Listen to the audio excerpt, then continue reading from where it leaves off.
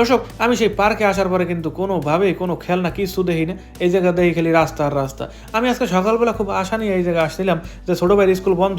প্রত্যেক বছর এই বন্ধের সময় কিন্তু এই জায়গা বড় একটা পার্ক বানাই ফেলায়। এমন এমন নৌকা এই জায়গা আনে, নৌকাগুলো দেখলে খুব ভয় লাগে।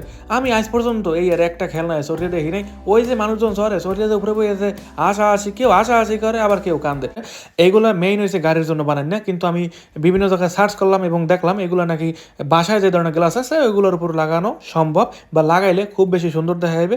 ভিতরে যে একটা সিকিউরিটি আছে বা ভিতরে এই টপগুলো আম্মুর একটা লাগবে। আম্মু নাকি বারান্দায় মরিচ গাছ লাগাইবে। আম্মুরে যাই কইতে হইবে যে এই মার্কেটেও এই ধরনের টপগুলো পাওয়া যায়। আমরা নিয়ে করছিলাম অনেক দূরে একটা মার্কেটে যাবো। আসসালামু আলাইকুম সবাইকে, ইতালি থেকে শেখ নিলয়। কেমন আছেন সবাই? সবাই খুব ভালো আছেন, আল্লাহর রহমতে আমি অনেক ভালো আছি। বাংলাদেশে থাকতে আমরা যে ধরনের ডিমগুলো কিনতাম ওই ডিমের সাথে যে খেসিটা দিত সব থাকতো প্লাস্টিকের, কিন্তু ইতালিতে এই খেসিগুলো সব বানায় কাগজ দিয়ে।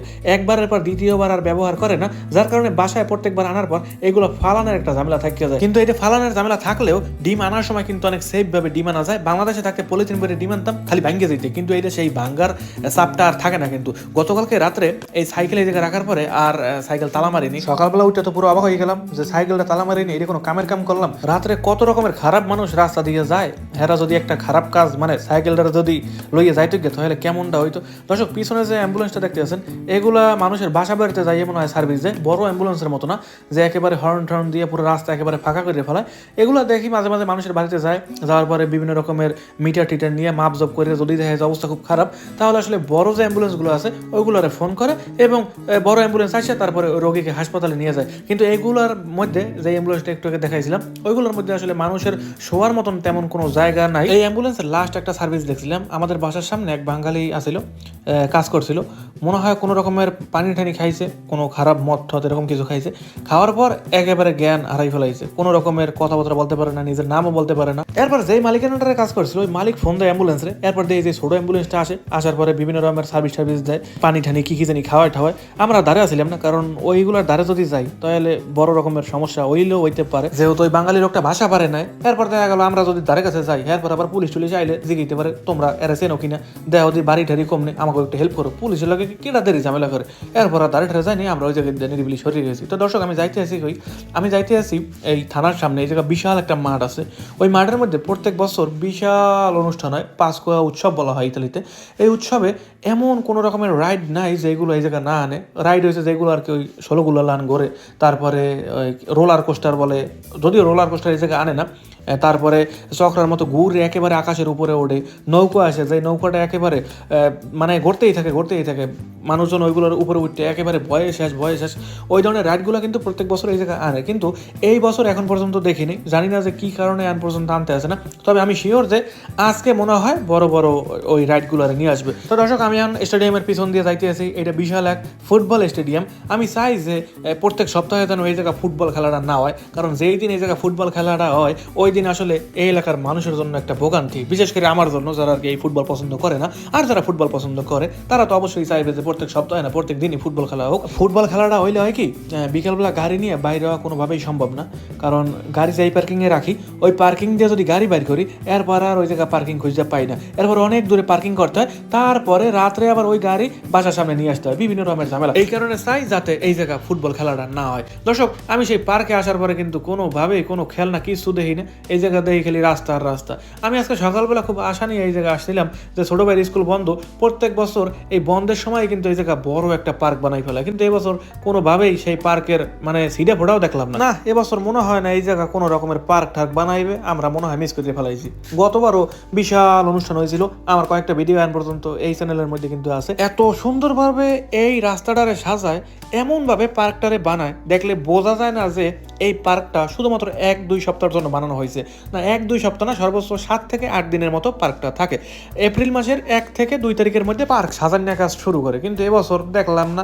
আমার মনে হয় না এবছর আর কোনোভাবেই এই থেকে আনন্দ উৎসব করতে পারবো। একেবারে ক্লাবের মতন করে ওরা আসলে নাচার জায়গা বানায়, তারপরে কত রকমের খেলনা যে বাচ্চাদের জন্য আনে, একেবারে শিশু থেকে শুরু করে একেবারে বয়স্ক পর্যন্ত সব মানুষের জন্য এই জায়গায় ব্যবস্থা থাকে। বিশেষ করে 1-2 বছর বাচ্চাদের জন্য তাদের স্পেশাল খেলনা, তারপর যারা আবার 18 বছরের উপরে তাদের জন্য আলাদা খেলনাগুলো থাকে। এমন এমন নৌকা এই জায়গায় আনে, নৌকাগুলো দেখলে খুব ভয় লাগে।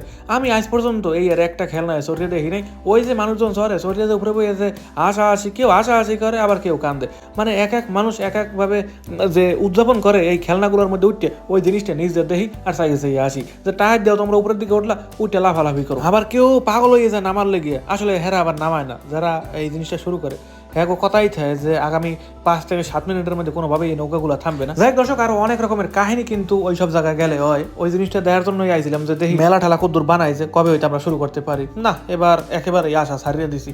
আসলে ছোটবারে চাইছিলাম এবার কয়েকটা জিনিসে উঠামো, গতবার যে এই জিনিসগুলোতে উঠাইনি। এবার চাইছিলাম যে গতবারের চাইতেও এবার আরেকটু ভয়ঙ্করটা উঠামো, যেহেতু ছোট ভাই একটু বড় হয়েছে। না, এবার একেবারে ছোট ভাইরে এই আশাটা পূরণ করতে পারলাম না। দর্শক, এরপর চলে আসলাম একটা মার্কেটে। এই জায়গায় কয়েকটা জিনিস আমার কেনা লাগবে।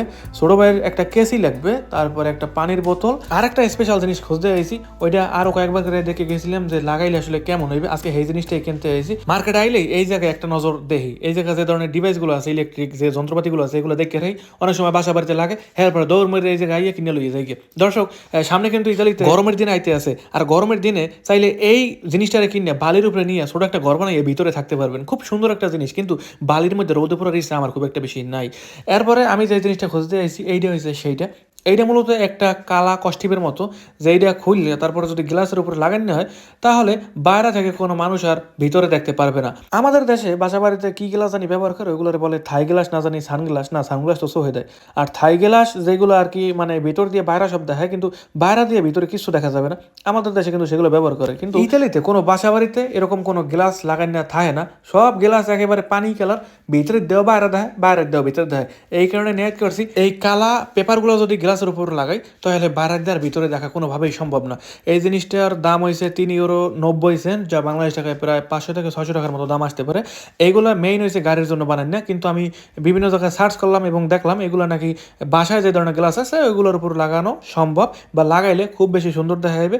ভিতরে যে একটা সিকিউরিটি আছে, বা ভিতরে যদি হাঁটাচলা করেন, খাবার দাবার খান, আর এইসব দেশে কিন্তু নিয়ম আছে, আমরা যে হাত দিয়ে খাই, এই জিনিসটা কিন্তু ইতালিয়ানরা খুব বেশি একটা মানে সুন্দর চোখে দেয় না, খুব বেশি একটা পছন্দ করে না। এই কারণেই আসলে এই পেপারগুলো নিয়ে তাড়াতাড়ি করে গ্লাসে লাগাই দিতে হইবে। অনেকদিন আগে হইতে নেট করছিলাম এগুলো কিনবো, তারপরে একটু ভালো করে শিওর হইলাম যে আসলে সম্ভব কিনা। এই যে এটার বললে হ্যাঁ, এটার দাম 3 ইউরো 90 সেন্ট।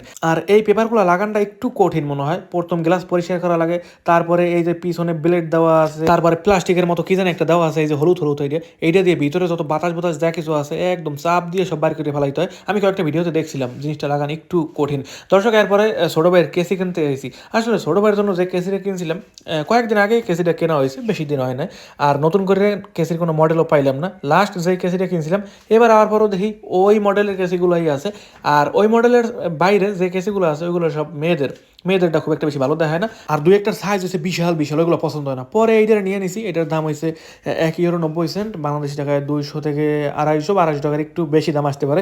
একটা কেসির দাম 250-300 টাকা, ভাবা যায়। ছোটো ভাই আসলে কেসি নিয়ে খেলতে আসে, হঠাৎ করে কেসি কই রাখছে, এরপর বলে আর কেসি পায় না। মানে বাসায় আমি কাহিনীটা করছে, এমনকি খাটের চিপা চাপায় পড়ছে না, কোন দিকে গেছি গিয়ে, এরপর আর কোনোভাবেই ওই জিনিসটাকে খুঁজতে পাইলাম না।